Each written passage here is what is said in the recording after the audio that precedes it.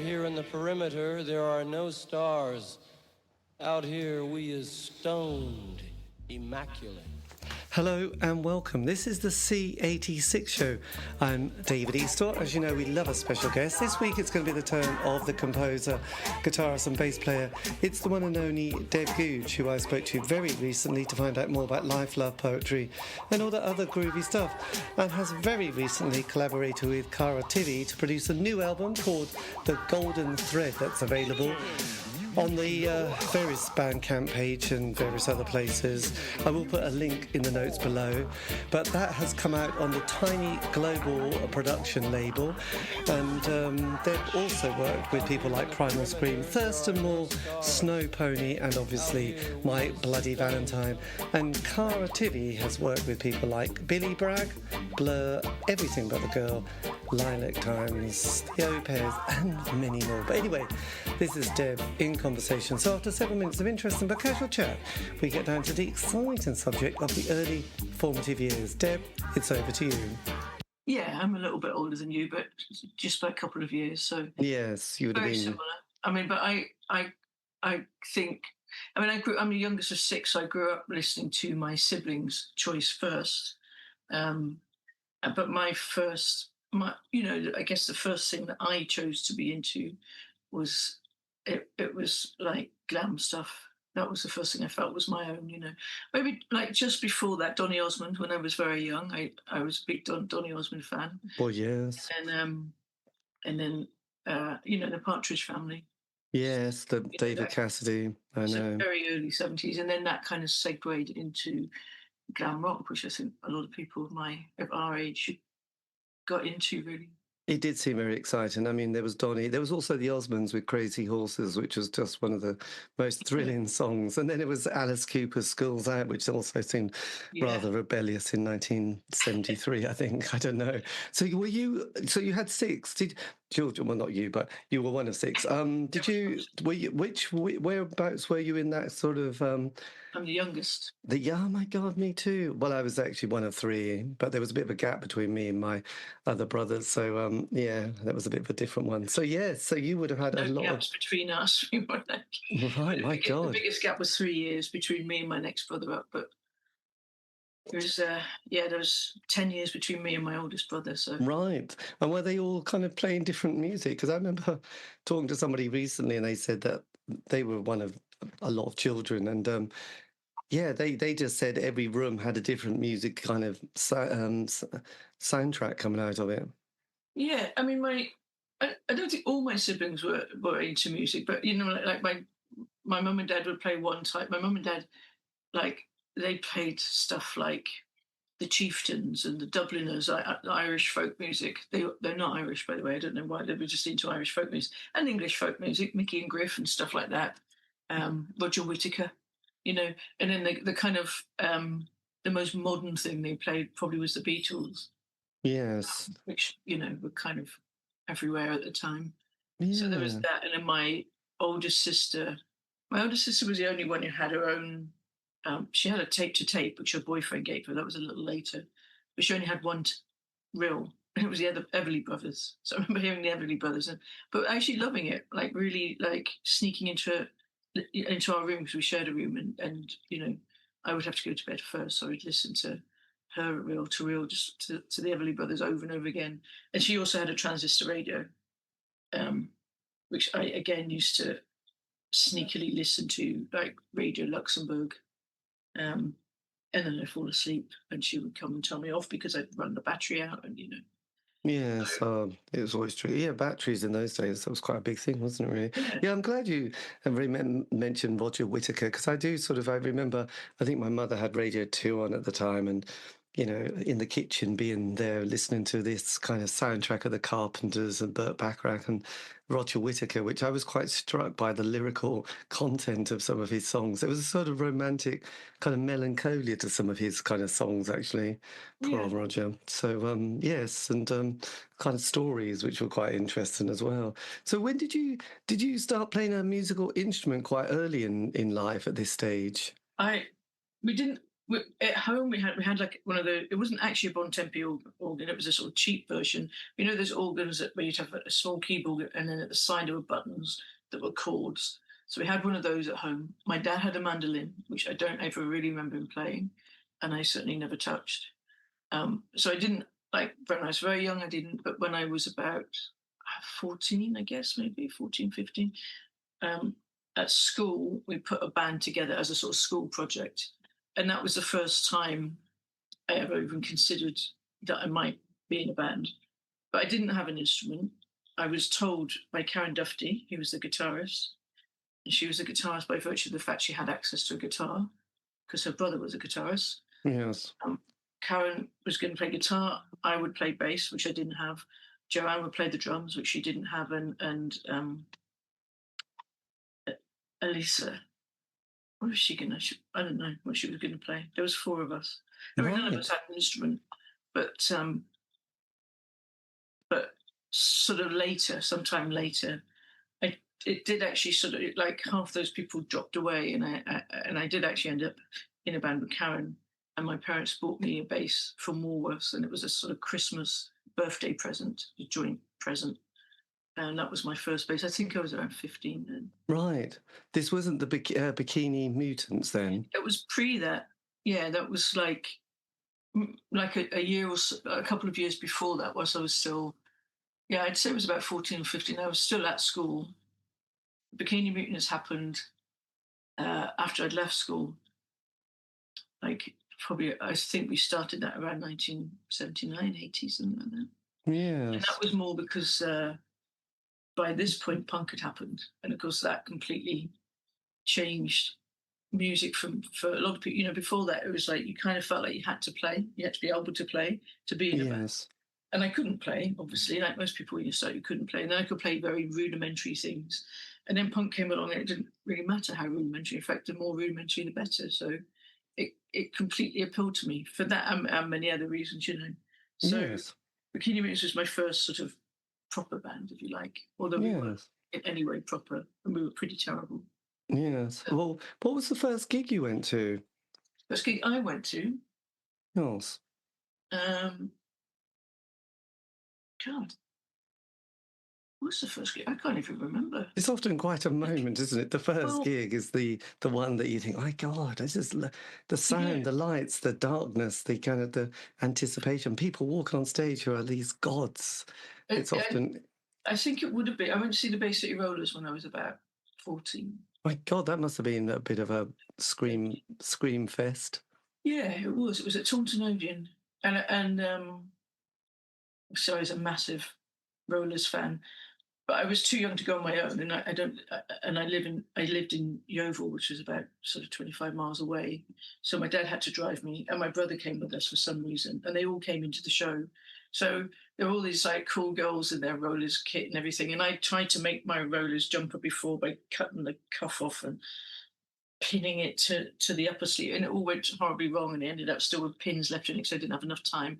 And then also I had my brother who spent the entire gig with a Yeovil football team scarf, waving it in the air and shouting for Yeovil, even though he doesn't like football at all.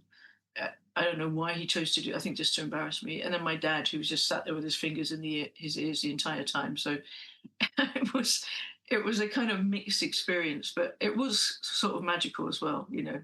Well, the Rollers at the height would have been just, you know, something else, actually. I could have... It was when... the Shang-Lang had just come out, so it was you know, really, as they were like just really at their like best, I think. I know. I mean, if we didn't have the Bay City Rollers, who would have known if the Ramones would have been that good? Really, they sort of plagiarised one of the two of their sort of vibe, their songs, didn't they? Hey Ho, you know, Shang-Lang. Yeah, there's quite a I always think there's quite a crossover between the Bay City Rollers and the Ramones. I think that. Great. Two of my favourite bands, so they, I disagree with you. So when you got to that kind of ripe age of 16, which would have been the late 70s, did you leave school at that stage, or were you still sort of... Yeah, I did go to college for a brief amount of time, but actually my mum was very ill and subsequently died actually when I was around 17, so I left college at that point, and then I went back again. when I was around 19, I went back, or 18. You know, I took a year out basically. I went back. When I went the first time, I was doing English and law. God knows why. When I went back the second time, I went to art school because I realised that would be much more fun. Yeah, so you go. And was Oval quite a scene? Because there was quite a bit of anarcho punks sort of Yeah, punk bands. Were you kind of aware of that and sort of 100%. slightly on the sort of either in it or on the edge of that scene? No, I was very much in it. I was very good friends with a band called The Mob, who were kind of the epicenter of the Yeovil anarcho scene, really. So was that Joseph Porter and We were pre-Joseph as well. I mean, I knew Joseph took over from Graham Fallows was the original drummer, and Joseph took over. Joseph also had a band, Live Power, but that was sort of a little later as well. yes. But Joseph was around. I knew Joseph and his sister Patsy. There was a bunch of us punks who used to hang out in town all the time, and that included, you know, Mark and Curtis and Graham, who were The Mob, myself and Chris and Jem, who became Bikini Mutants, Joseph and his sister, lots, you know, there were lots of us, and we all used to hang out. We were just a bunch of friends, really, who would, we, we go to gigs. We'd also put on gigs. We'd hire out local village halls and put on shows. We had a fanzine. We had a label called All the Madmen, which brought out the first couple of Mob singles, actually. But I was very Excellent. much part of it. You know, there were, and I still see Mark quite a lot, and weirdly, actually, Bikini Mutants. Somebody from a guy called Sean who works at Sean Newsham, who works at Rough Trade, reached out to us during lockdown and said he wanted to put together. We Bikini Mutants did one tape, one cassette tape, and he wanted to sort of put it out on vinyl, and that's still an ongoing process. I think it will happen at some point. I don't know. You know, in lockdown, when everything was just like, yeah, let's do this, and everybody was excited, and we were all at home, so we didn't have anything else to do. It was, you know, took on great speed, and then since lockdowns stopped and we've all got back to normal life, Yes, I kind know. of faltered a little bit, but it's still in the offing, I think. Yes. And did you also get into bands like Hawkwind and go to Stonehenge festivals and things like that as Yeah, part? totally. Yeah, I went to Stonehenge Festival from, I think, for 3 or 4 years. I think I went there, like from about the age of like 15. I think when I went to my first one, and Excellent. I remember actually, rather unfortunately, coming back from Stonehenge pretty mashed to do my music exam and consequently failing it because I literally, I don't know, you know, my head was somewhere else, shall we say. I'd had enlightenment at the Stonehenge Festival. Yes, this is true. This does happen, doesn't it, really? It The did happen. Stones, Yeah. yes. And watching Stones sort of amongst other things, yeah. It was, fantastic. yeah. Yes. So your band, the Bikini Mutants, did you support the Mob then? Were you sort of doing quite a few gigs with them? Yeah. Quite a few gigs with them, yeah. Yeah. So that so then sort of kind of I always found the 80s a bit of an interesting time. You know, like, you know, Thatcher gets in 79, then we had the Falkland War, then the Greenham Common, and then there's the miners' strike, and then sort of obviously at that age, it all feels a bit desperate, doesn't it? It doesn't feel like there's a lot of opportunities and things going on at that point in life, is there? And I sort of realise I haven't done this show for these interviews for so long. That sort of unemployment, job seekers allowance, and enterprise allowance schemes was a great way to sort of for people to supplement their lifestyle and sort of be in a band for a year or two, which is I great for think the crit. that and the fact you could squat, you know, there was a very healthy squatting scene at that point. And yeah, both that combination of things was amazing for bands and artists and, you know, creatives of all sorts. It was, yeah, it really sort of gave you, you know, you could live somewhere for pretty much nothing. You could figure out ways of paying pretty much nothing in bills, and you got a little bit of money to live on. And, you know, yeah, it was in that way, it And was where was it? very good. Yes, well, absolutely. I mean, it was an amazingly kind of creative time. How did your musical kind of influences go as the 80s progressed? Because obviously there'd been that punk, post-punk, and then the new romantics, there's a bit of goth and narco-punk, psychobilly, and then indie pop appears in sort of 83. I always think 83 because of the Smiths, but, there was that kind of movement. Where were you heading at that stage? I mean, early 80s, I was definitely very much entrenched in sort of uh, anarcho punk scene. And I was still, I moved up to London, I think, in 82, maybe. I think it was 82. It might have been the beginning of 83. I can't remember. But, and there was still a massive sort of anarcho punk scene happening there. There was still, like the Anarchy Centre and the ambulance station and all of that stuff. There were lots of things going on in London. And most of the gigs, I mean, most of the gigs I went to were fairly small gigs, like put on by sort of anarchy band, anarcho bands. I did also, I love, like, I think the first big gig I went to in London was the birthday party at the Lyceum. So I also liked that, that side of things. Yes. And yeah, I think in the beginning of '80s, I was very much still in this sort of anarcho type scene. But I did really, there was a lot of I guess what might be classed as goth that I also liked. I still loved it, like things like the Banshees and Bauhaus and even the Cure was sort of going in that direction at that point. They hadn't been it initially. Um, so it was sort of anarcho and I guess what might be sort of goth kind of stuff. Yes. But also, things like Killing Joke, I don't know, lots of, different, but like. So when you went to London, were you still on a course at that stage, or had you gone seeking, a musical? I went to London for two reasons. Well, one, because the two of the people from Bikini Mutants had moved to London, so Chris and Martin had moved here, but also Mark from the Mob, he was living in London at the time. He was squatting, so I knew that I could just come up and sort of stay with him. So I kind of had somewhere that I could go and stay. Yes. So I did. So Yes. I sort of, I think I sort of always knew I wanted to leave Somerset for various reasons. Largely because the thing that made it bearable was all my friends and the bands and things like that, and they had largely gone. And then secondly, because I'm gay, it wasn't the best place to be gay No. in the late '70s in Somerset, So I kind of, I was always going to go. It was just whether I was going to go to Bristol or London. And London, I had more friends here. I knew more people. And like I say, I came up, and initially when I came up, I stayed in Mark's squat in Islington, actually. Right. And did you have sort of the Australian contingent, like the Triffids and the Go-Betweens, or from New Zealand, the Chills? Because I'm amazed with all these bands that sort of come over and sort of, yes, find themselves squatting in these kind of areas. It sounds very romantic, but at the time it wasn't. But yes, it does sound quite interesting. People go, oh yes, Robert lived there, and so from that band lived there. Sort of, it was quite nice. I didn't know any of them personally. I knew their music, and I was a fan of their music, but I never met them. It was slightly different. It was more like, more like the Mob and Sounds and Here and Now and that sort of side, Androids of Mew, that side of things, that I knew.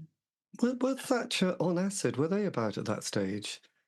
Yeah, I can't remember when they started.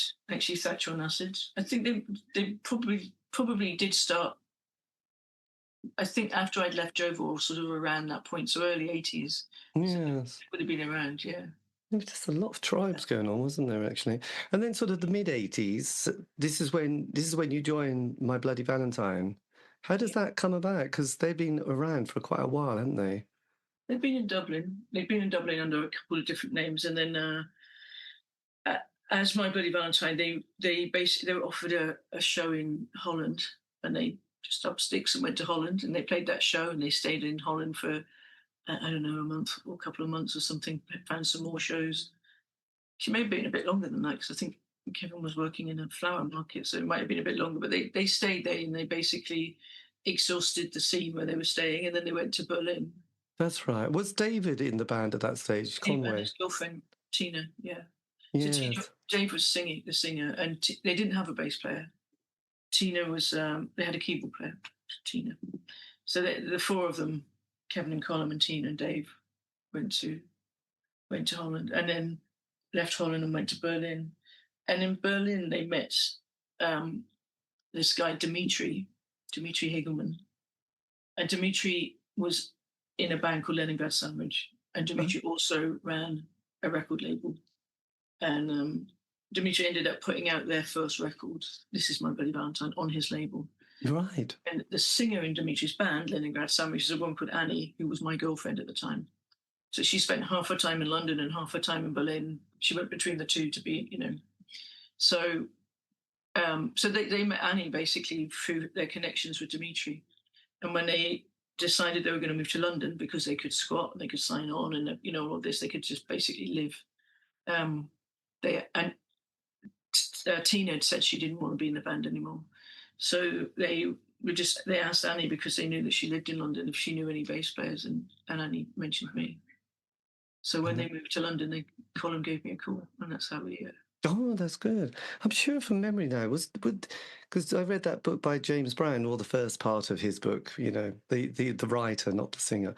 I think he was in Berlin with the band at one stage. He seemed to remember some part, because he was part of that Leeds scene, and then fanzine writing and being very excited. I seem to remember him sort of mentioning being in Berlin with the band at some stage, but that was several years ago I read that, so it might be wrong. Anyway, it's all...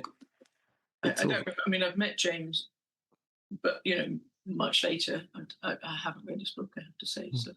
Well, the first half is quite surprising. It's really good. I sort of highly recommend it. It kind of captures the scene superbly of that 80s time of indie pop and, squatting and fanzine writing and stuff like that. So when you got into the band, did it sort of all come together quite nicely to begin with? Did it feel like a good sort of vibe between each member?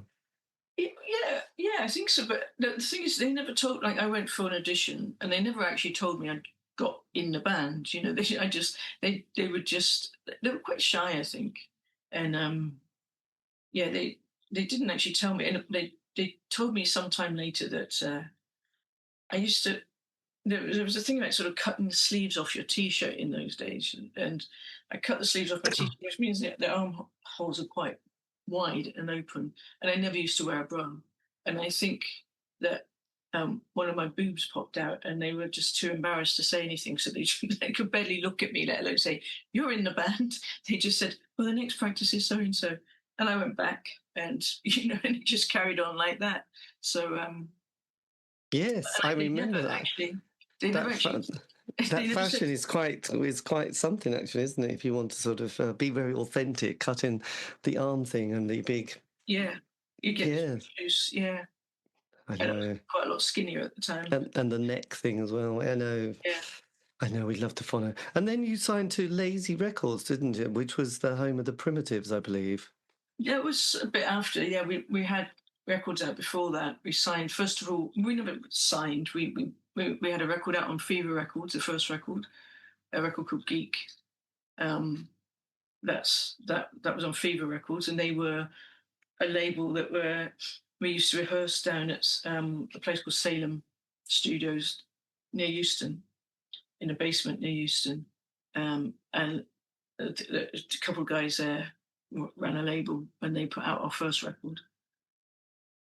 That was an EP called Geek. And then the second one was on Kaleidoscope Sounds, which was Joe Foster's label. Yes. And then Sunny Sunday Smile. I think that was on the same label. And then we signed to Lazy. Again, I don't know that we actually signed, but we went to Lazy. And it was sort of around that point that Dave left. That's right. Yes, because I got a copy of Strawberry Wine. I now remember that cover so well. 87. So this is the new lineup, isn't it? Yeah. Yes. Yeah, but I joined in 87. Yeah, you're right. Right, and that was it. Did that feel like quite a kind of a gang at that stage, 87? Yeah, I mean, I think the thing with any band is it always sort of feels like a gang. You know, it sort of has to in a way. I mean, I guess some gangs have a little more infighting than others. You know, but yeah, it is kind of a bit like you sort of you just are a gang. You know, and it felt like that from you know whenever you do gigs, whenever you go on the road. It changed, you know, obviously changed when Belinda joined because Belinda and Dave are very, very different characters. And also, you know, Kevin and Colin and Dave had known each other from Dublin for years and years. Kevin and Belinda met and fell in love and went out. So that got a whole different, you know, sort of feel to the band as well. And then also, like Belinda's another woman in the band and we got on really well. And we still do get on really well, you know. So there were lots of, you know, it's different. And the style of the music changed as well because we no longer had Dave as a front person. Dave was very much a front person. You know, he was very chucked himself around stage and was very active. You know, and Kevin and Belinda aren't really like that, although they are front people when they sing and play guitar and they're at the front. They're not show people in that way. You know, as Dave really was a kind of performer in that way. You know. Yes, God. So it was a different energy. Really, the whole thing sort of shifted slightly. I think.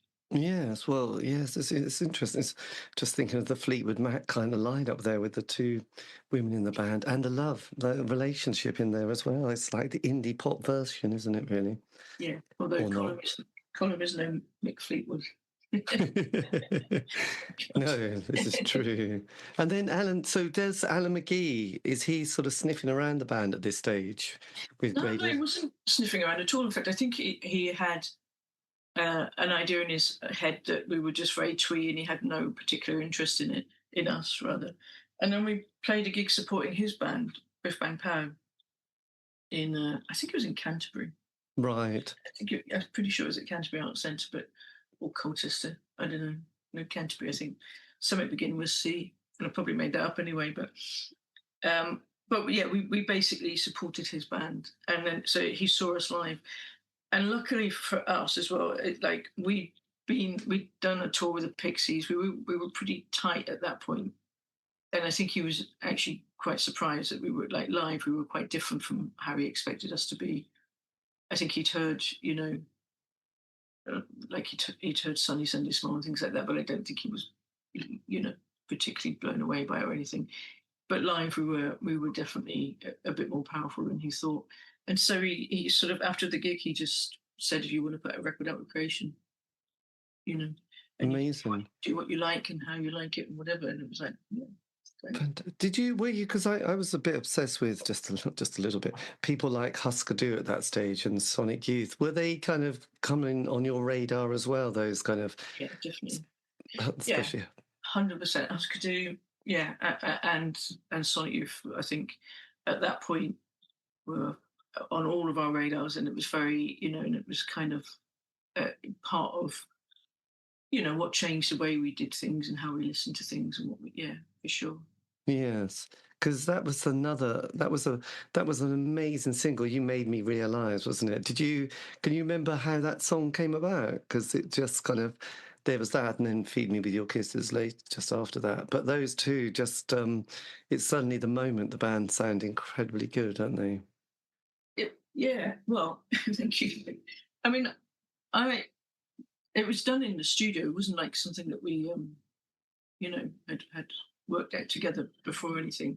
But what I remember about it was like when Kevin was mixing it, and he was like, you know, what do you think? And you know, and again, you know, it's like time is a funny thing, and I might be misremembering it, but I sort of remember saying to him, "Yeah, it sounds great. It sounds like Jefferson Airplane." And he instantly went, "Fuck that," and just like started pushing up distortion and doing that, and this whole, you know, completely, you know, changed the sound. But Right. the single is completely different to how we play it. The way we play it has, you know, really evolved over the years. And like, I think on the record it's like 3.5 minutes or something. And now live when we play it, it can be, you know, anywhere between 15 and half an hour. Yes. Was that the first time you got picked up by John Peel? Yeah, I think we've only done one session for John Peel. Yeah. and it was around that time. It was around Feed Me Be Kiss time, I think. Oh God, yeah, I think I've got some recording with him introducing it, and slightly. I think he says "Feed me with your kiss," and then that's it. Actually, but anyway, yes, because there was that, and then so was that the tour that you were doing with Silverfish at that point, or was that sort of 88 or 89, the Silverfish one? I literally can't remember. I mean, we played with Silverfish quite a lot. You know, they were our friends over a number of years. But I can't remember the time at all. What, like the date of things.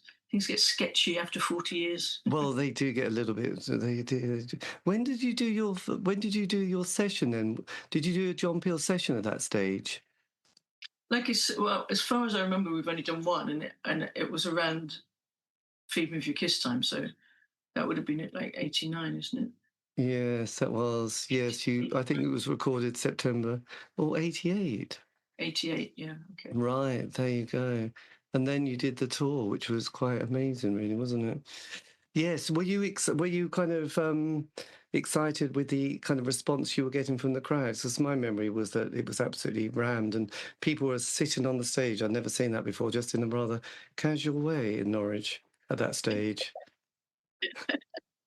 Like I said, I don't remember the specifics of Norwich. I know, like there was a real after You Made Me Realize came out. There was a sort of tangible difference in the audiences, the number of people in the audience, and also like just the general atmosphere at gigs and things. It did shift quite tangibly at that point. Um, and yeah, it's very exciting, you know. And playing with like bands like Silverfish, who were like, you know, amazing live band, really great energy, and our friends, you know, it was a lot of fun. Yes, absolutely. So then Isn't Anything was the first debut album that came out on Creation. Yeah. And then, did you feel that at that stage, you know, kind of the musical landscape was changing quite a bit? Because I often found that sort of by the late 80s, there was sort of, I think with Ecstasy coming in, and then sort of a lot of those indie bands that I loved during that time were calling it a day. Because, you know, after 5 years, most bands think we've kind of had it. You know, they've had that honeymoon, the first single, John Peel session, first album, tour, second album, you know, it gets a bit, you know, and then a new wave of 16, 18-year-olds start to come along and people thinking, you know, it's kind of time for a change. Did you, you know, and sort of riding that kind of period from the sort of late 80s into the 90s, I always thought, you know, there were those American bands. John Peel was playing that Sub Pop 100 compilation and the Butthole Surfers were coming along, and then you were starting to get that dance scene. How did you find it as a band and an artist dealing with that moment? For those moments. I think, I mean, it did, you know, I think, yeah, definitely when Ecstasy came along, it did change.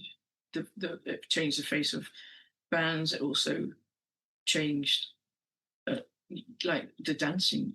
It was really interesting, like that, like places like Shoom, for instance.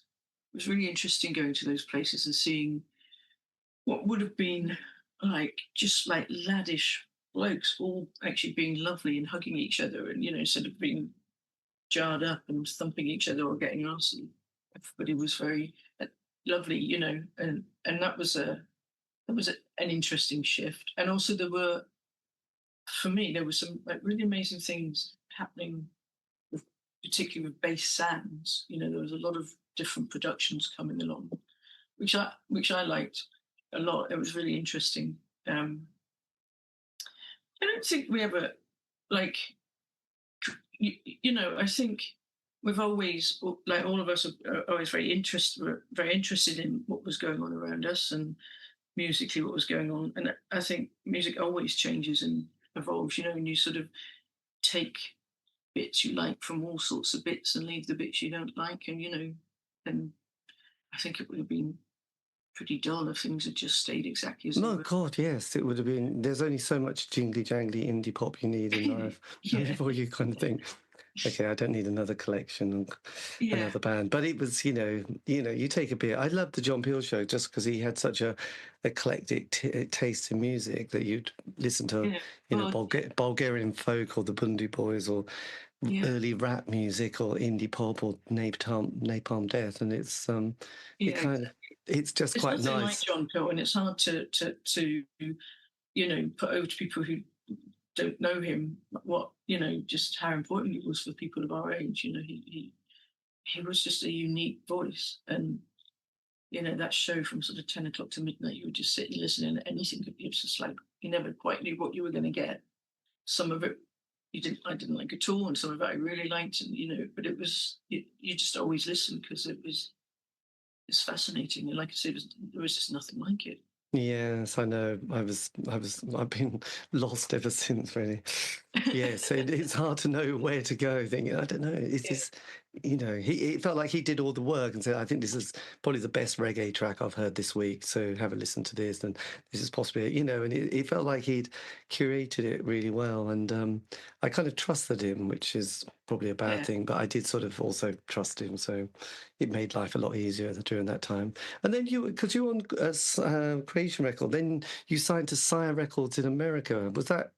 Did you have management at that stage? It was sort of simultaneous. Like we were on Creation in the UK, and we were on Sire in America. So we were sort of licensed through to Sire. It wasn't, right. So it wasn't. We didn't have management. We never really have had management. No. And was Glider, was that sort of new material that you released? That was an EP, wasn't it? It was new then. I mean, some of it came out like soon was on Loveless, but it was out before Loveless. So it was like a taster, if you like, for the album that was going to come. So but it was, there were new tracks. Yes. At that point. And so when you went to record Loveless, what was that process like, kind of putting the material together for that album? It was quite long, or at least it felt quite long at the time.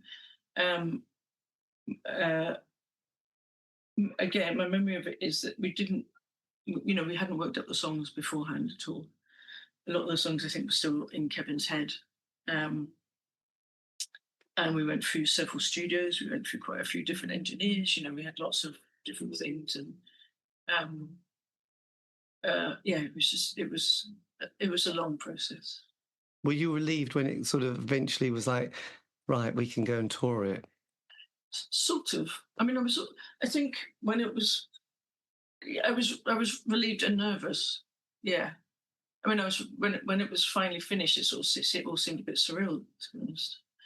And then we did the Loveless tour, and the first show was in Australia, and we were absolutely awful. we had a fifth member called Anna playing flute. There's lots of samples of flute on various tracks, and so we got Anna in to do that. We all kind of rehearsed. It was just actually sort of trying to get it together live was a bit of a nightmare. And Kevin, unfortunately, got taken off to do lots of press things and things like that. So, like, he would be there sort of showing us what to do and teaching us bits and all of this, but not actually physically there quite a lot. And then he did come quite late into rehearsals, but I don't know if it was that we hadn't played enough together, all five of us, or the flight or whatever. But the first show was just awful. Right, yes, that's not a great one to start. Because I do remember going to the UEA to see you. Were you supported by EMP or somebody?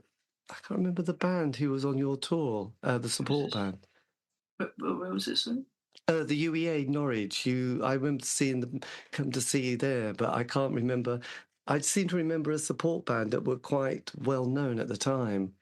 I really can't remember. No, well, that's fair enough. Sorry. Yes, well, that's fair enough. I should have done some more research on that.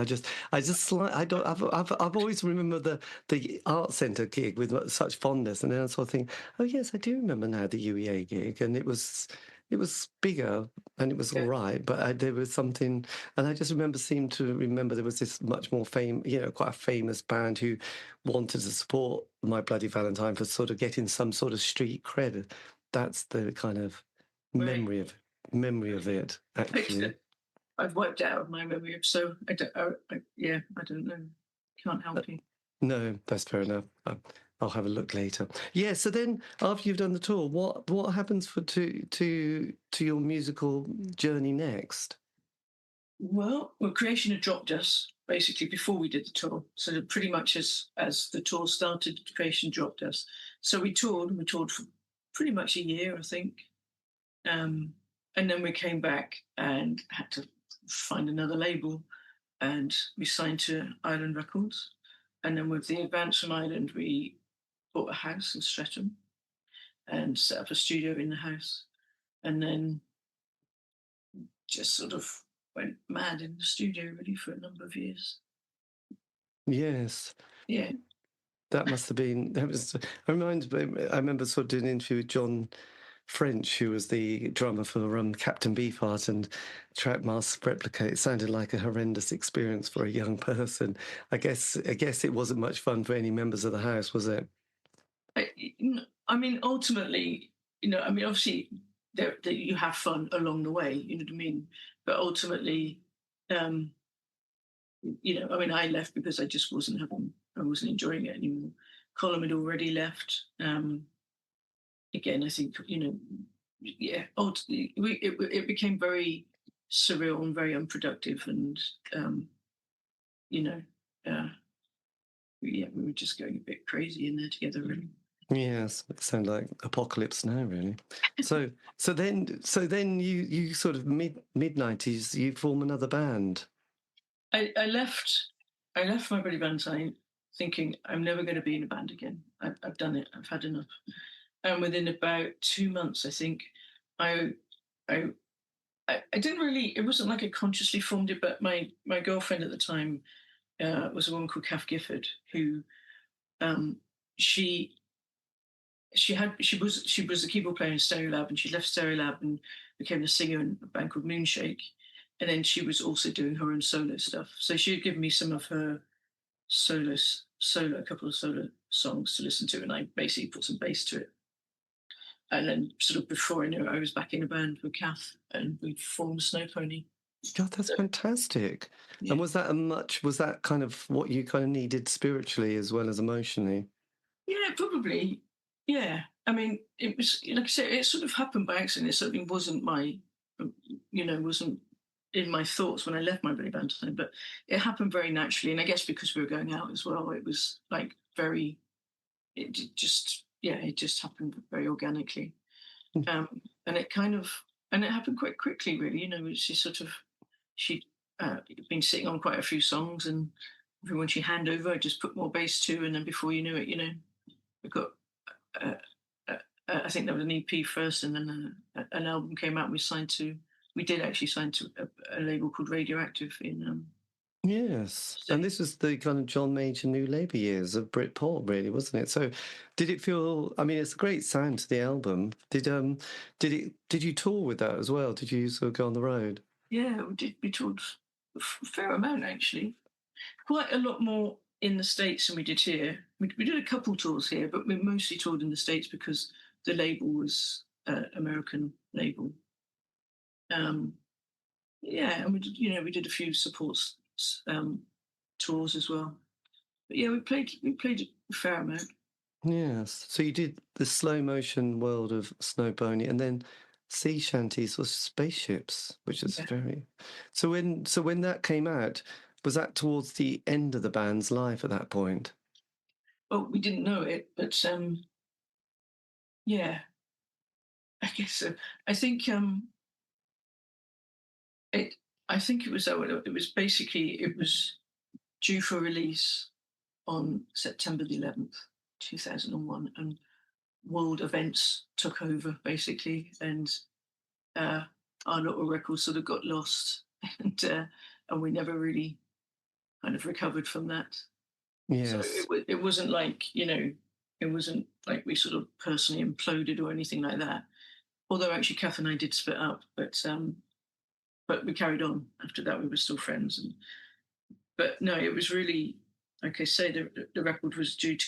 It came out the same day as Twin Towers got mowed down, so it got lost, and then we never understandably, obviously. Yes, well, God, it was quite some Yeah, occasion. I remember that period kind of quite well. We were thinking of having a move and sort of, and it was, oh my God, have you seen what the news is? yeah. This is not good timing. It's like, why did they choose it then? That they had no idea what was happening in our lives. Yes. So then, how do you kind of navigate the O years? What's that period like? So, yeah, so after Snowpony, I didn't really. I went back to school. Yeah, I didn't really. I mean, I still played music with friends and things, but I didn't.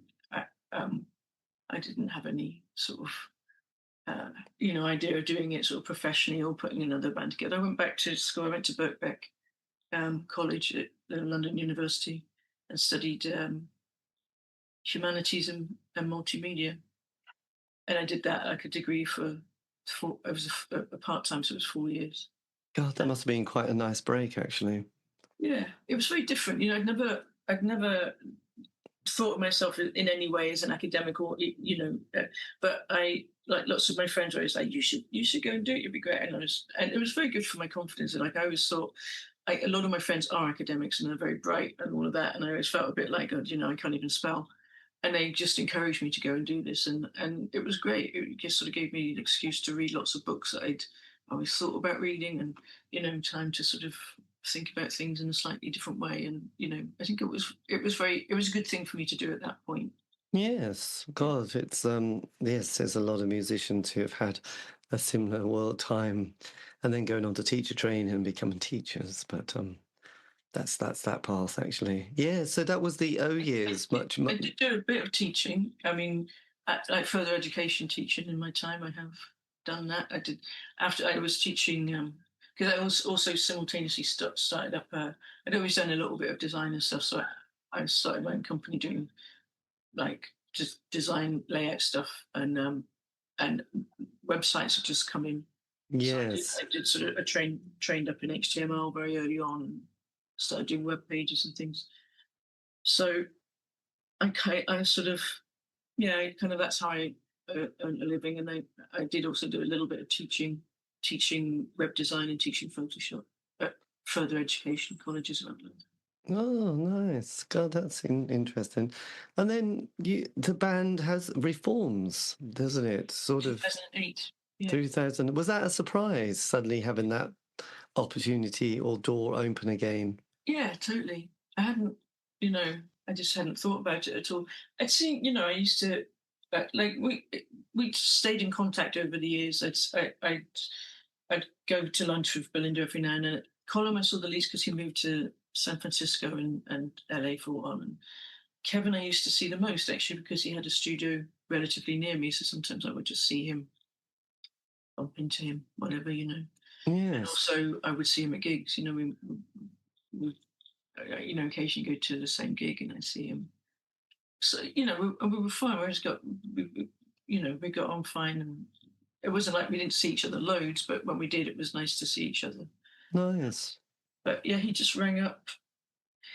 I think he had sort of said something might happen. There was some sort of offers coming in and da da da, but then it didn't. And then he rang up like I think it was around the sort of September or so in 2007, and said, "There's definitely going to be shows next year. Are you up for it?" And yeah, I said yes. And then I was just like, Jesus Christ, how are we going to play this? Because we hadn't played a gig since for 16 years, I think. Um, but it was amazing, when we the first rehearsal. It's funny when you know people that well. You've got such shared history with each other. It's almost like you've just gone to the toilet and come back into the room.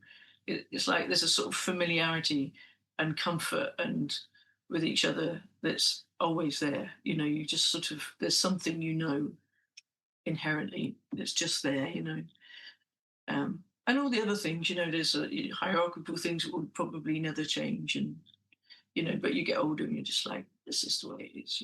It's fine. Yes. My God. And then you played the famous Coachella, which was that was that quite surreal? Yeah, it is surreal because it's it's so not like English festivals. It's full of sunshine, and there's Yes. like beautiful people in bikinis dancing around it, which is not how, it's not like people getting pissed and falling in a puddle of their own puke. No scrumpy and acid and... Yeah, exactly. Very, I mean, as far as I could tell anyway, yeah, just very noticeably not as druggy as English festivals, which are essentially an excuse to just go into a safe space and take loads of drugs and listen to music, Yes. They function, like Coachella just seemed very different. It was very clean cut and, everybody was just like say in bikinis. Not everybody, obviously. But yes, but it's quite skimpy. Lots of not many sort of wellies and people looking like they're stuck in mud. Yeah, exactly. It's not. And very beautiful, so beautiful surroundings. And it was the first festival we'd done, so that was quite surreal. Yes. Like a big, well, it's the first we'd done Reading in like 88 or 89, whatever it was. The first year it went indie, we played at like 4:00 in the afternoon at Reading. But as the My Bloody Valentine that people know, with the sound that we developed, it was the first time we played it outdoors. So that was definitely kind of scary but interesting. But I think it worked. Hard to know, of course, because I'm not in front of the PA, so I don't know. No, absolutely. But did you feel, unlike the Australian gig, did you feel like you'd captured a sound that you felt like that was good? I think we all felt all right about, we're never massively congratulatory to each other or anything. Feeling all right about something is pretty good in MBV world. It's like, that was all right. Yes. Yeah. And then the third album, was that an okay experience? Well, it was an experience. Like, bear in mind, I left My Bloody Valentine in 2000. No, in 1997. I'm talking about. So it's an experience that I missed most of. Kevin. It's pretty much, Kevin did most of that on his own, really, in the studio on his own, even with us not around for quite a lot of it. I had left. Colin had left. Belinda. Yes. I don't know that Belinda ever actually officially left, to be honest, but they got rid of the house and the studio and things, so we weren't together. And Kevin got another studio that was just a studio, not in his house, so it was just him going down there a lot on his own doing that. So it's not really. It wasn't an enjoyable or unenjoyable experience. I wasn't present for most of it, because I wasn't there I wasn't even in the band between 97 and 2007. And then we toured, we did this sort of reunion tour, and then we toured again a little bit the following year. And then Kevin sort of got back to work on that. And then I went off and joined Primal Scream. I guess that's what I did next, is it? Yes, Primal Scream. God. And what was that like as an experience? It was a lot of fun. By the time I joined them, they weren't, the mad sort of party heads that they had been. Bobby is totally clean these days. So it wasn't as mad as it was back in the 90s or anything, but it was fun, and they're a completely different style to what I've been used to. So it was a challenge. It was, musically, it was very interesting for me to play something that was so completely different. When Bobby asked me if I wanted to join, my first reaction was, "Yeah, but I don't play like Manny." And he was like, "I don't want you to play like Manny. I want you to play the songs like you." And I sort of couldn't even wrap my head around playing the songs like their songs in my style. But it was, it was fun learning a completely different style. And they're a really good, fun band. Like, the gigs are great. People just. I think people do still take a lot of drugs that are Primals, even though they don't particularly. Yes. It's a party atmosphere, and people sing along, and it's, yeah. It was a good time. Yes. And I like them all a lot. We'd known each other obviously from creation days. We'd met.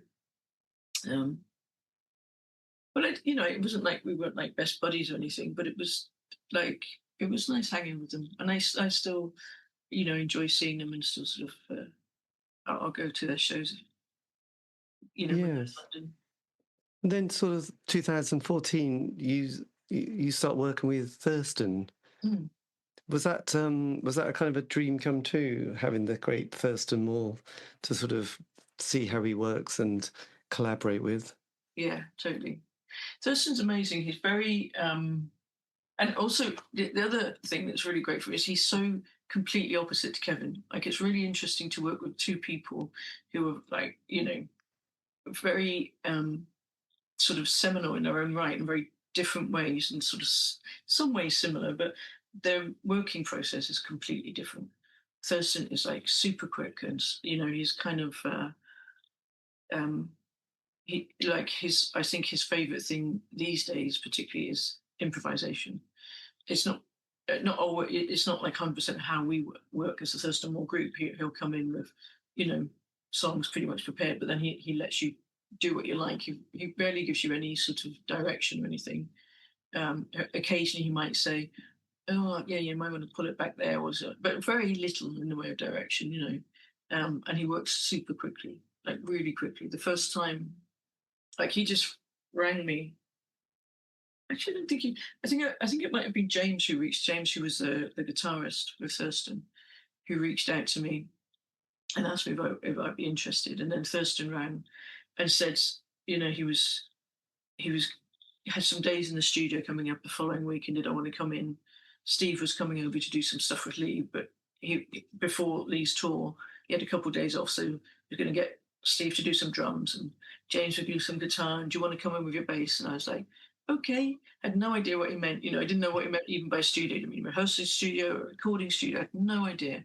Turns out it was actually a recording studio, and we went in. I'd never met Steve before. Actually, I met him the night before because him and Thurston played a gig with Yoko Ono weirdly at Cafe Otto, so I went to see them. Right. But I had no idea. I'd never heard any of the music he was doing or anything like that. He just kind of, sort of plays this piece, and it seems incredibly complicated, and he's just like, just do something around a G in this, and I'm like, okay. It's like there's section 1, and you're just about to get your head around section 2, and he throws section 2 at you, and then it's like section 3, and then you go, okay. And then he sort of was directing me with his feet. He had these scraps of paper on the floor, like 1, 2, 3, and he would like point his foot at 1 or 2 or 3, and that was the one you were supposed to go into. This like what seemed to me like really complicated sort of 10-minute piece of music would suddenly sort of form in front of you, and I didn't know that it was all being recorded, but it was. And after about sort of 3 run-throughs, I was just thinking we're just warming up. He's like, yeah, I think we got it. And I just moved on to the next one. It was like, I have no idea what's going on. And that was, and it went on like that. I think there was like 4 or 5 tracks, and that came out with some other tracks as The Best Day. The Best Day. It was like, to me, it was like madness, because I'd never worked like that before. Right. My God. Quite a long process, and there's like when we play live, we practice, it's like, and yeah, Thurston is the opposite. So it's been very interesting to have those different disciplines or undisciplines or whatever, Yes. God, yeah. And did you play tour when you did the album as well? Was there a tour with that? Yeah, we toured. I toured a ton with Thurston. We toured fairly quick. I can't remember. Like the album came. Yeah, the album came out. We did. I think the first gig we did was Phil Day, and then we went to Sweden, and we did quite a lot of touring. We've done a lot of touring around Europe, lots and lots of touring in the States, obviously, because Thurston's American. Yeah, with all of the album, I've done 4 or 5 albums with Thurston. Yes, because the next one was Rock and Roll Consciousness. Yeah. And was that a similar process as well? From Rock and Roll Consciousness was a little bit more worked out in that we were on tour. We'd been touring with The Best Day, and we were actually doing a lot. We were touring quite a bit, and we were sort of working stuff up in sound checks and things like that. So when it came to actually recording, which we did at the church in Crouch End, some of the bases were already there. Right. Yeah. Oh God! Do you spend much time at Cafe Otto? Is that a recommended venue? It looks so cool.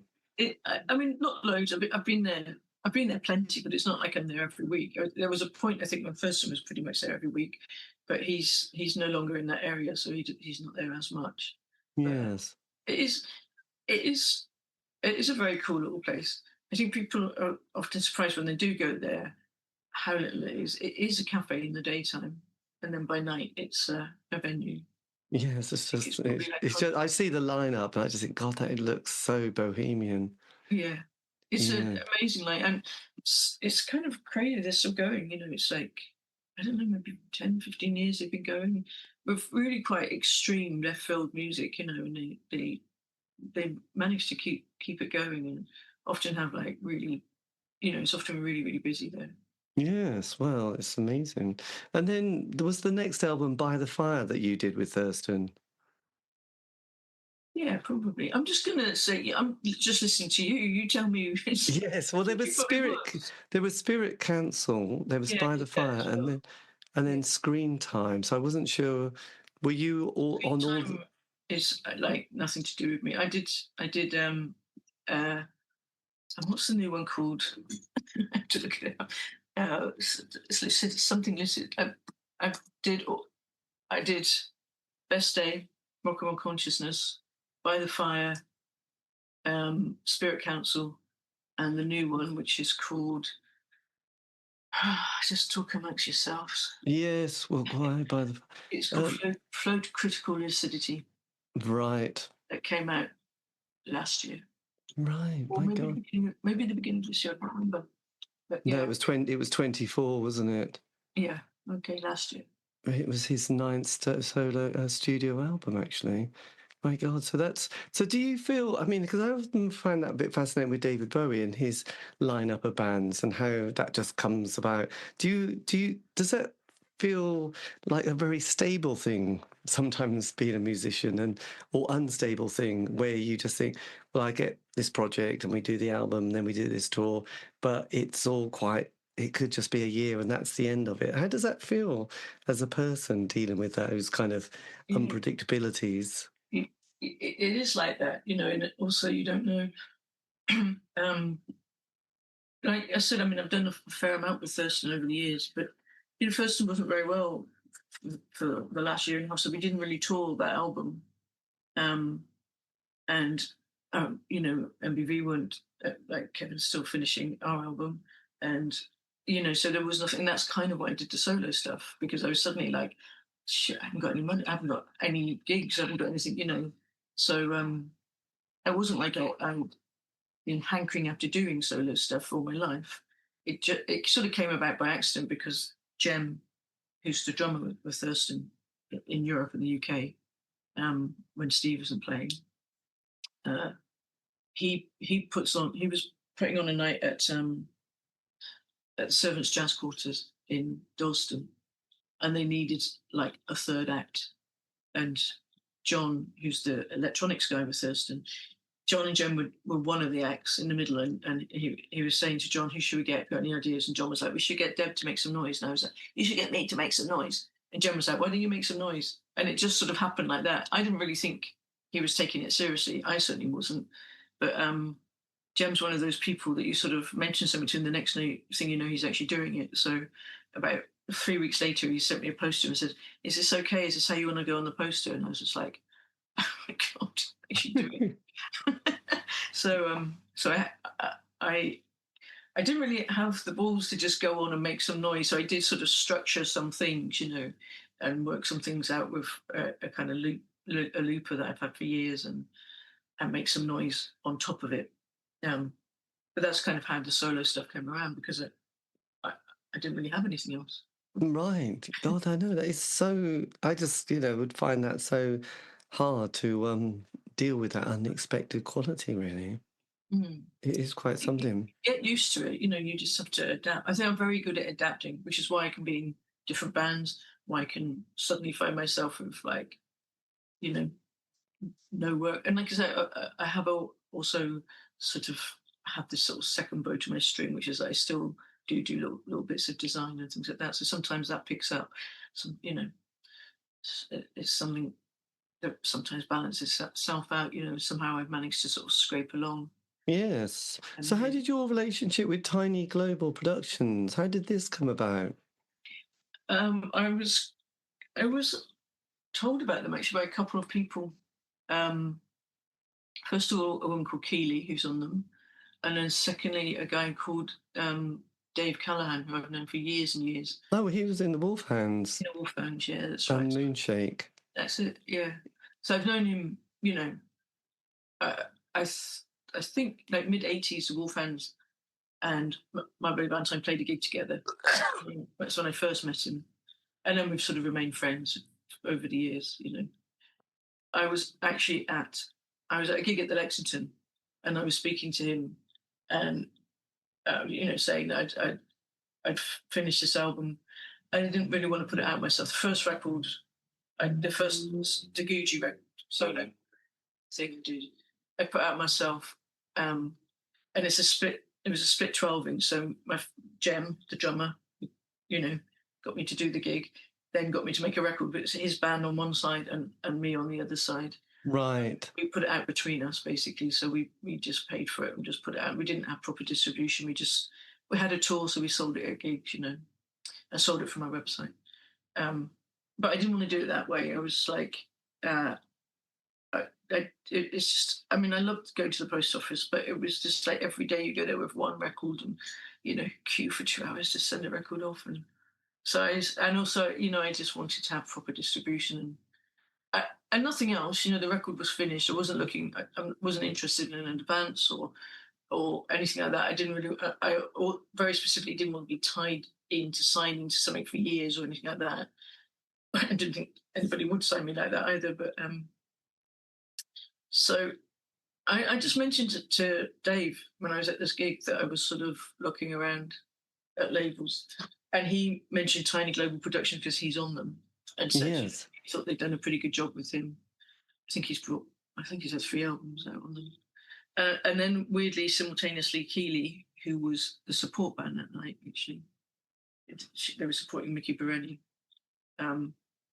She had just moved to that label.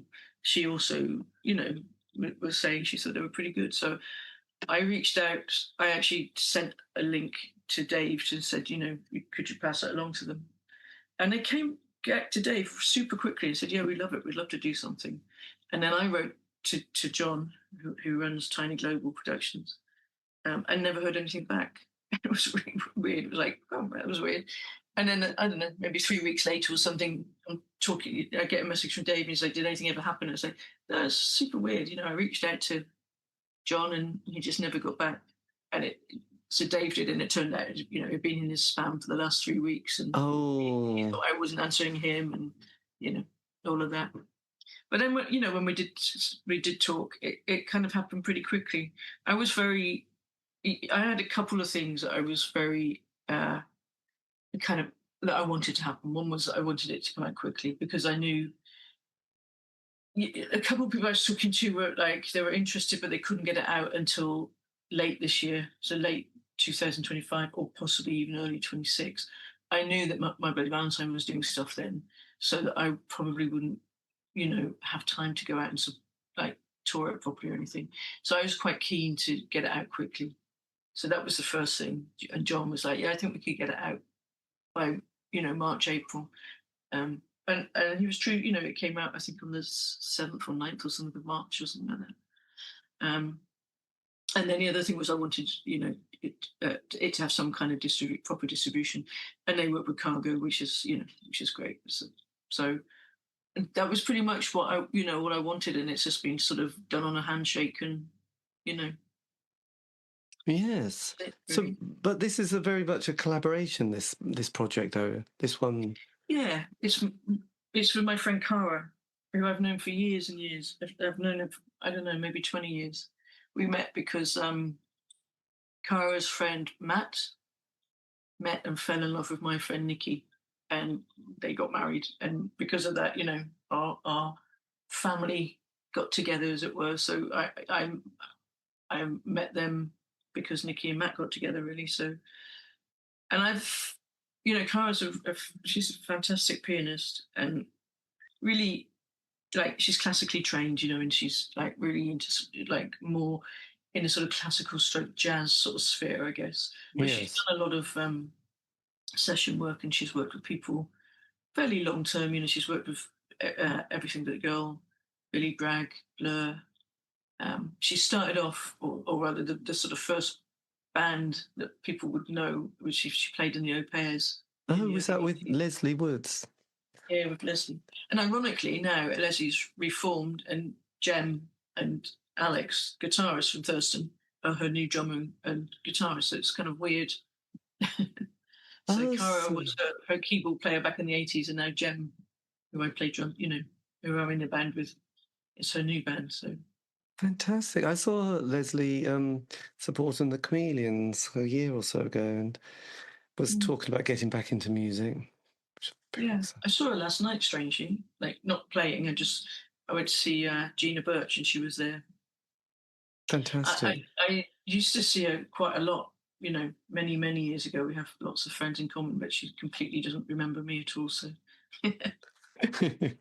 Oh, Leslie. Yes. Oh, she's great. Yeah. So you got this collaboration, and then how does that kind of come together with two very different musicians and a project and thinking, right, we've got a time bit here and we've got to, it's 8 tracks, isn't it? How did you work together? we had no, there was no concept that there would be an album or anything. I've known her for years. We were both at a mutual friend of ours called Catherine. Um, she used to put on a festival in Suffolk called Prima Donna, which is a literary festival, but it would have like its main focus was on books and things, but it did have some music. And Cara was there playing in the afternoon, I think, or early evening. I was there doing a DJ set one night, but I was just there for the weekend, hanging out really, because we were just hanging with friends. And Cara again was hanging out for the whole weekend, even though she just played, one set. But at the end of her set, I think it had a couple of Vinos, and they kind of went up to her and was just like, "What your lovely, beautiful, soft, delightful music needs is a bit of noise." And much to my surprise, she agreed with me. And sometime later, I don't know, a month or two later, she came up to my studio in London, and because she doesn't live in London, she lives in Hertfordshire, Herefordshire, sorry. Um, and she came up, and we literally just like improvised. We just like I'd make some noise, she'd respond, I'd respond, and that was it. But I record everything. Um, and then after she left, I basically just listened through, and something will just come out and grab me, and that will be the sort of beginning of it, and then from there I'll kind of build outwards. So it's not, it starts off completely improvised, but then it ends up like with me taking bits and structuring it, sometimes into pieces of music, and other times into actual songs. And Yes. yeah, Good. but there was no, it wasn't like we didn't sort of sit down and go, let's write a song or let's make an album. It just happened like that, and over a period of a couple of years, I think she came up maybe 4 times, maybe. And after each time, I'd listen through things. But when I had a chance, I was still touring a lot with Thurston at the time, so it wasn't like I was, I could sit down and that was all I was doing. But yeah, it just sort of slowly happened Yes. over a Because couple it's of quite years. different, because there's a lot of the tracks like you take it with you when you go, and then yes, I mean that's quite a delicate little piece, isn't it? That's got a rather sort of beautiful piano piece through it, and Yeah. and sort of a nice sonic quality. So that's probably my standout track on the album. So yes. So how did a piece like that come about? The same way, it just starts off as an improvisation, and then I mean, I can't remember specifically how any like which bit I hone in on. I just listen through. I record everything, and then I listen through. Sometimes nothing, nothing grabs me. I'm just listening. I'm like, yeah, this is all right. And then sometimes just a little bit will just kind of, get into my head, and then I'll listen back through that. And it might be, sometimes the sort of piano melody or something will trigger a song, a melody in my head. will trigger something, and a song will grow out of that. And then it's just like a jigsaw, sort of piecing it together, and And what about the lyrics? yeah, they often they come like there'll be one main sort of refrain that just sticks with my head, and then they build from that. It's not, you know, I don't, I know some people sort of, it's not like some people say, oh, these things are just delivered, you just have to be open, and it's a little bit like that, but it also is like, I have to sort of put myself into that mood and into that space, so I have to make time for it. It's not like I'm just sitting on a bus and suddenly a song is dumped into my brain, Right. Yes. But I live with them.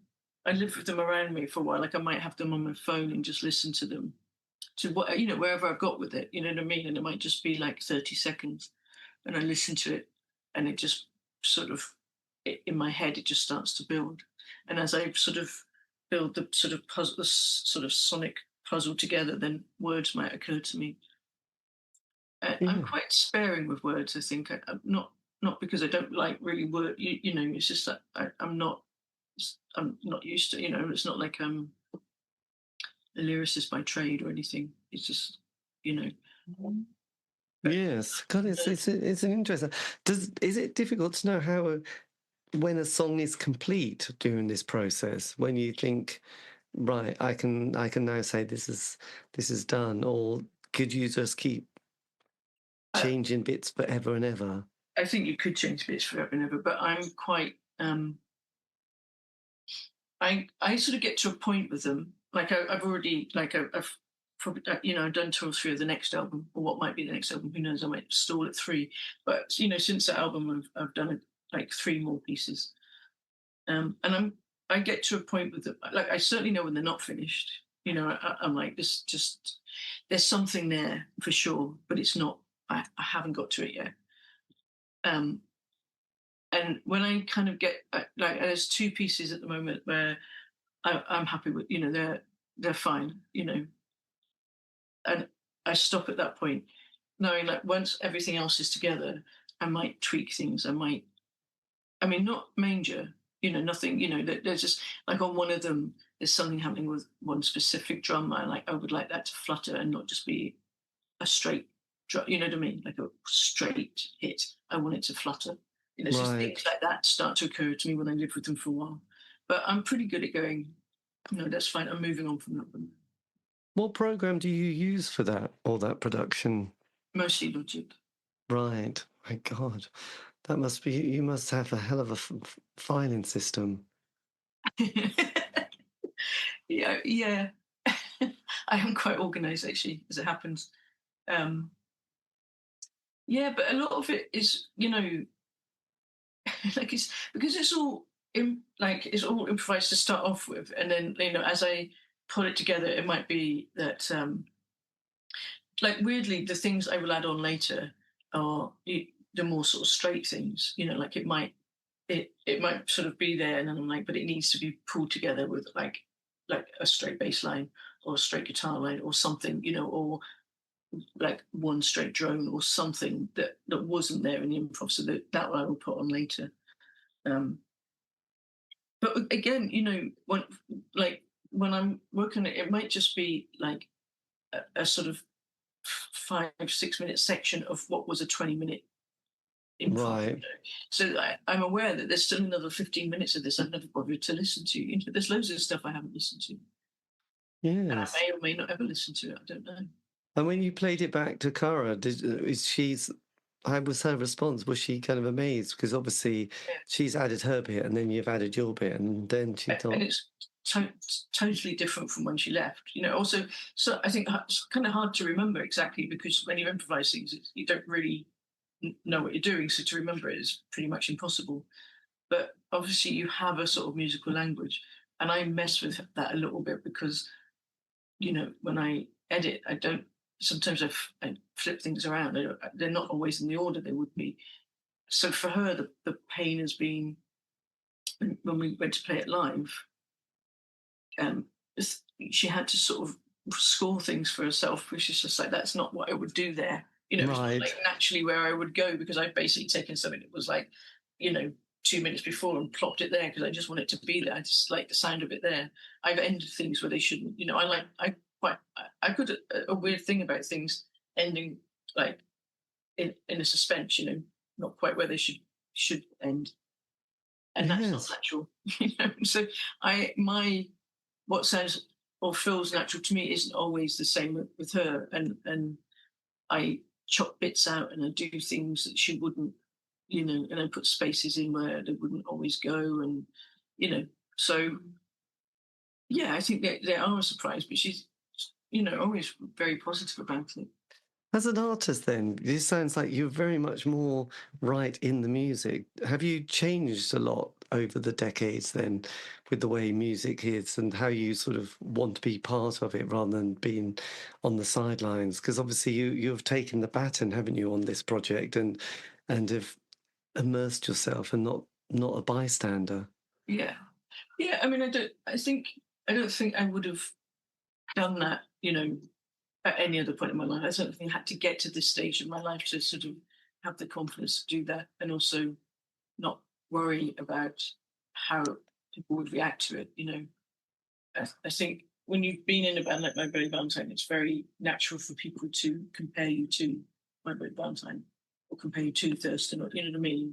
It's very natural for people to do that, and I think I would have been very wary of that before, and now I don't mind. I'm like, firstly, I think it isn't like either of those things. It's sufficiently different to not have a direct comparison. But if people do that and they say, "Oh, it's not as good as My Bloody Valentine," I'm fine. It's like, that's your opinion. That's fine. And I think I wouldn't have been like that when I was younger. I was way too sensitive and insecure it would have hurt me a lot more. Now I'm just like, that's fine. It's just one person's opinion. Yes, well, my God, when you've worked with so many people and seen different processes, which must be so valuable as an artist to see how different people work and Yeah. people's attitude to the sound or the sort of final mix and think, God, that's rather casual. Rather than, God, you're not going to get even uptight and neurotic about it. You've just done it, which is quite refreshing, isn't it, sometimes?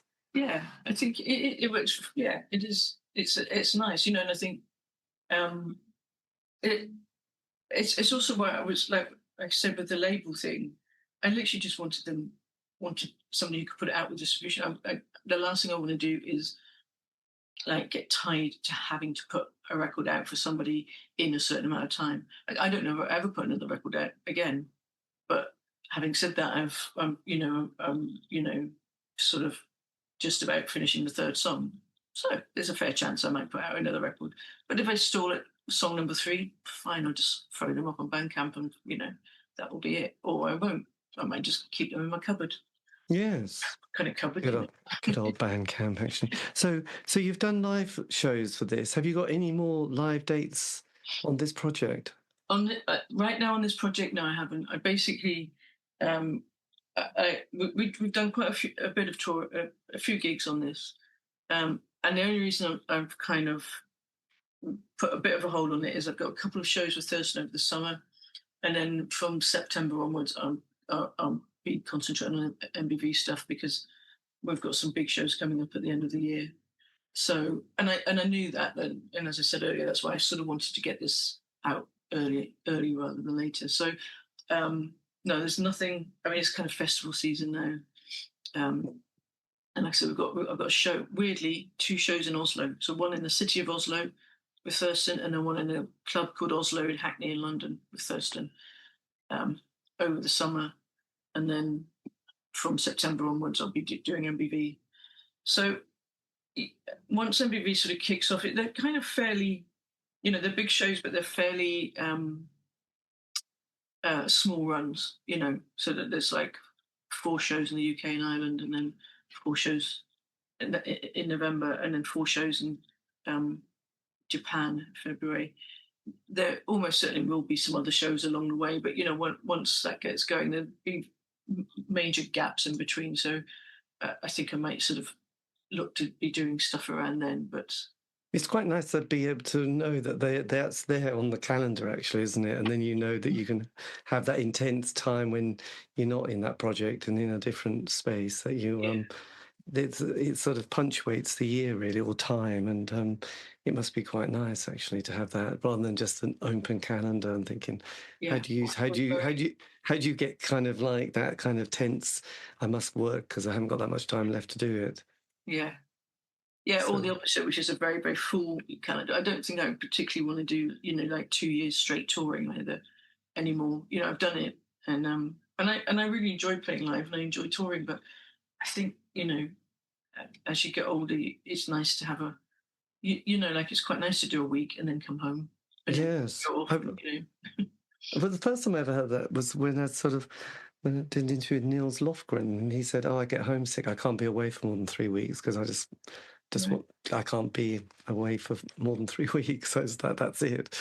Right. I've got my family, I've got my animals, I've got my home, Yeah. and that's not going to stop. So and I thought, oh well, that's good, isn't it? But I think when you're young, probably you think, great, I won't have to pay any rent and worry about the electricity. I'll just be on the road eating quality food It's in. exciting. You're playing every day, and you're meeting new people, and you're drinking every night, and you're partying, and and it's a lot of fun. But yeah, you kind of, yeah, I think as you get older, it's like you can't physically keep up with it either.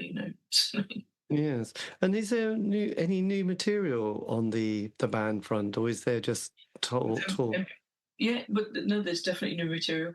I can't say when it will come out, of course, because I don't know. But 100% there's new material. Yes, God, it's just great. Does it feel quite a relief having had that experience and then having the opportunity to sort of have it as a nice side hustle as well as your other bits and pieces? Has it made that kind of time when the band was happening and the ups and downs feel a little bit nicer now that you're in a more harmonious position? Um, I mean, it's different.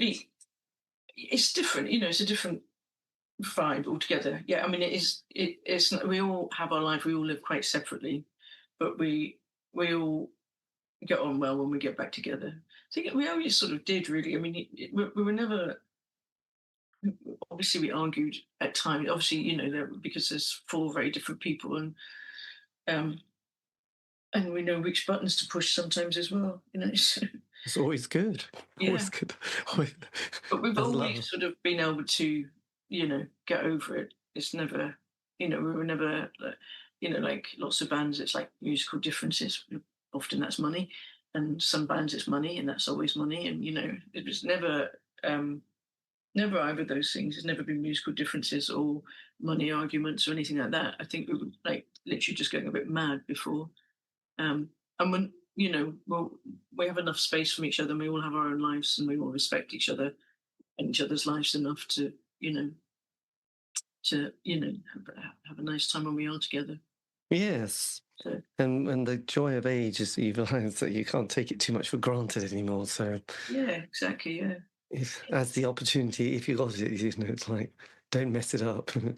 Because 5 years time, who knows where we'll be. So yeah. But have you got any American dates lined up, or have you been to Not America?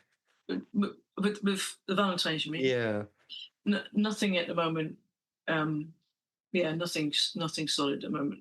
We'd like to, but just sort of things are being worked on. But at the moment, the only set dates are the UK